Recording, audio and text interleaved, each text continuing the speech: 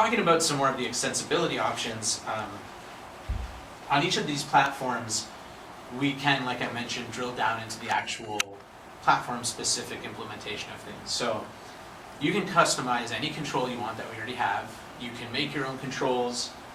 You can add your own bindable properties to those controls. And you can basically do this for any of the platforms. And you don't have to have, all or nothing. You don't have to decide that I want to change how a button looks.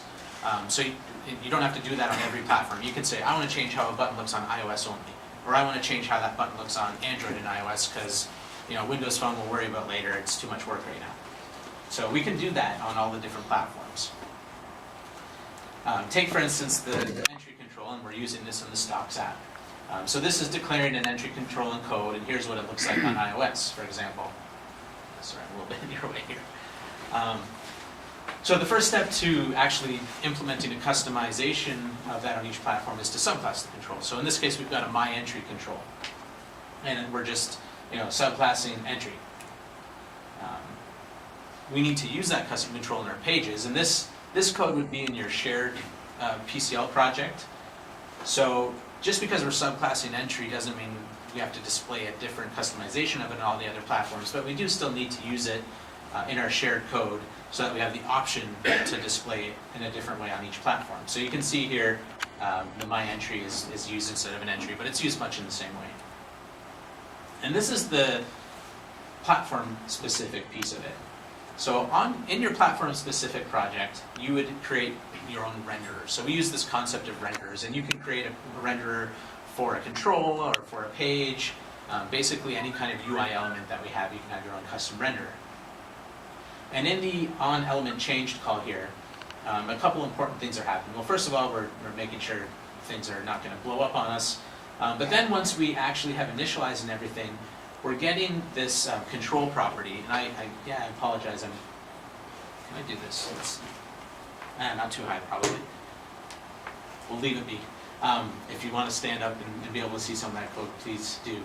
So we've got this control property, and we're actually casting it to a UI text field. So that's really important to understand because, for one, that means that on each of the given platforms that we're abstracting out the controls from, we're not actually trying to make controls that look like the native ones. We're actually using instances of the native controls on each platform.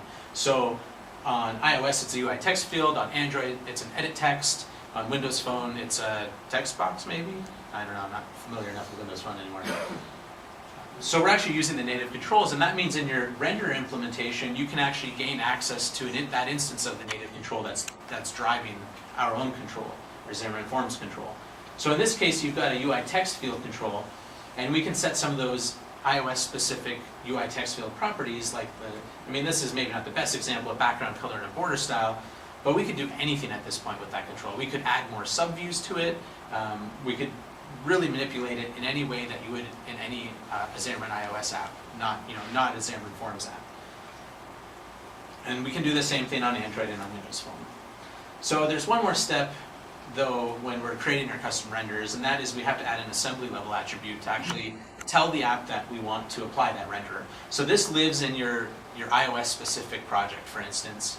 And this is saying on iOS, whenever you encounter a my entry type, we actually want to render it with the custom render my entry renderer instead of the default one. And you'll see in Xamarin Forms a bunch of times that we use these assembly level attributes, and it's a little bit funny to wrap your head around at first maybe. The big reason we're doing this is for speed and performance. So we're running on mobile devices still. They're still not quite, quad core. Well, they are quad core now, I guess. They're not quite my MacBook Pro. So it's really quick to look up via reflection a lot of assembly level attributes. It's not as fast to look up a bunch of interfaces digging through all the different assemblies and classes. So that's why you see that. So you just have to remember, if you want to use the custom renderer, you do need to add that attribute to your project. And that also means that on Android and Windows Phone, if we don't make a render and we don't export that renderer with an attribute, it's just going to use the default renderer implementation. So that means you can mix and match where you want to do customizations. And we do find a lot of people are, might not be the best practice, but a company might say, you know what, the iOS version really has to be awesome. We're going to do a whole bunch of custom renderers for that. We don't really care about Windows Phone, and Android, well, it's Android. So we do see that a lot. And you do have the ability, and then at some point down the road, you can always come back and improve the other platforms, like you're actually going to. The other thing that I just started talking about, and we'll jump back into in a bit, is the dependency service stuff. So this is letting us call platform-specific code from our shared code layer. And the idea is simple. You start with an interface, something that will be workable cross-platform, nothing platform-specific. In this case, we're using the text-to-speech, really simple speak method, passing it the text we want it to say. And then on each platform, you actually have to provide an implementation of it. So this part, again, lives in your platform-specific project, in this case, iOS.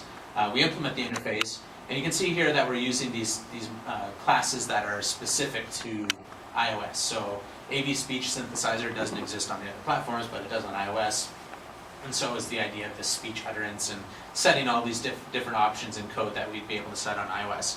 And that's really nice because iOS might have some specific features or better ways to do things with speech that maybe Android isn't capable of, and you want to take advantage of those if you can, right?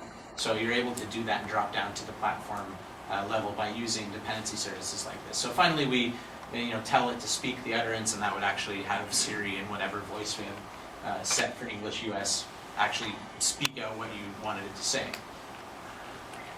And same with dependency services, you also have to register those with an assembly level attribute. It's not too difficult, but don't forget to do it.